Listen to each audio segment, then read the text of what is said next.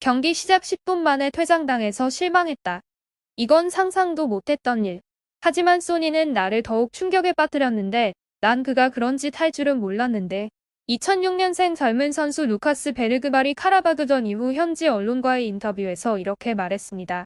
토트넘은 유로파리그 첫 경기에서 압도적인 승리를 거뒀지만 경기 도중 발생한 문제들은 여전히 화제가 되고 있는데요. 드라구시는 경기 시작 7분 만에 레드카드를 받고 퇴장당했고 루카스 베르그발이 피해자가 되어 곧바로 교체됐고 후반 71분 주장 손흥민이 쓰러져 경기장을 떠났습니다. 태생적으로 경기력이 불안정한 팀 토트넘이 또다시 위기에 빠졌는데요.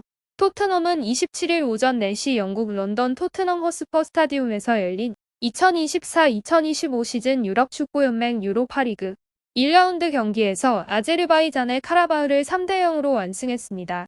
손흥민은 이날 왼쪽 측면 공격수로 선발 출전해 후반 25분까지 약 71분 동안 그라운드를 누볐습니다.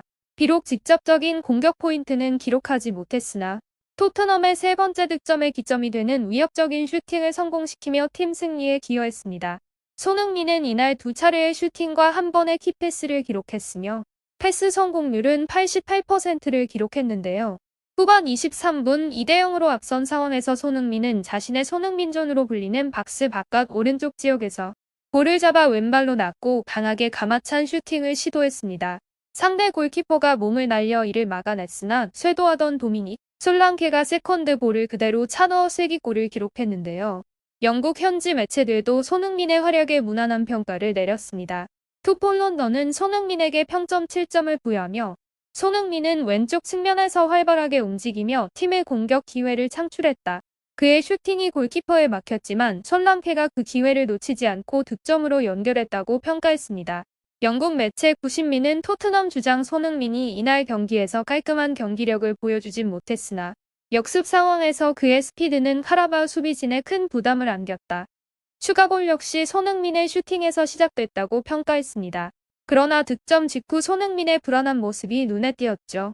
골 세리머니에 동참하지 않고 그라운드에 앉아 일어나지 못한 것이다.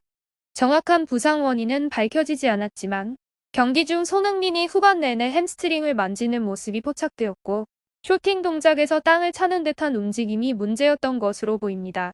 토트넘의 엔제 포스테코글루 감독은 부상 예방을 위해 손흥민을 교체했고 티모 베르너를 대신 투입했습니다. 손흥민은 약간 절뚝이며 벤치로 향했는데요.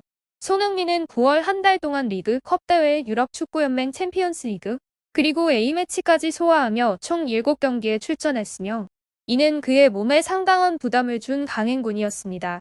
영국 이브닝 스탠다드는 손흥민이 경기 중 몸 상태의 이상을 느끼며 교체됐고 이로 인해 포스테코글루 감독에게 큰 걱정거리를 안겼다고 보도했습니다. 경기 후 열린 기자회견에서 포스테코글루 감독은 손흥민의 상태에 대한 질문을 받았는데요. 투폴 런던에 따르면 감독은 손흥민이 괜찮냐는 질문에 아직 그와 충분한 대화를 나누지 못했다. 손흥민이 다소 피곤하다는 말을 했을 뿐이다. 의료진과도 아직 논의하지 않았다고 답했습니다. 손흥민의 부상은 토트넘이 지난 경기에서 직면한 심각한 문제 중 하나에 불과했죠. 결과적으로 승리는 거뒀지만 과정 자체는 혼란스러웠습니다. 토트넘은 타이트한 일정 속에서 주축 선수들의 체력 관리를 절실히 필요로 했지만 라도 드라구신의 치명적인 실수 하나로 모든 계획이 무너졌습니다. 경기 시작 불과 7분 만에 드라구신은 미키 반더벤의 백패스를 제대로 처리하지 못해 상대팀 주닝요에게 볼을 빼앗겼습니다. 이대로 상황이 이어지면 골키퍼 불리에모 비카리오와 1대1 위기가 될 뻔한 그 순간 드라구신은 급히 파울을 범했고 결국 다이렉트 퇴장 명령을 받았습니다. 이는 드라구신이 반더벤의 패스에 제대로 반응하지 못한 큰 실책이었죠. 이러한 경기 초반의 퇴장은 토트넘에게 매우 큰 악재로 작용했습니다. 드라구신에게는 그야말로 악몽과 같은 하루였고 토트넘 역시 비록 승리했으나 많은 것을 잃고 놓쳤습니다. 단 7분 만에 벌어진 이 한 장면이 경기 전체에 큰 영향을 미쳤죠. 이번 퇴장으로 인해 드라구신은 징계를 받을 예정이며 토트넘은 이미 얇은 중앙 수비진에 추가적인 고민거리가 생기게 되었습니다.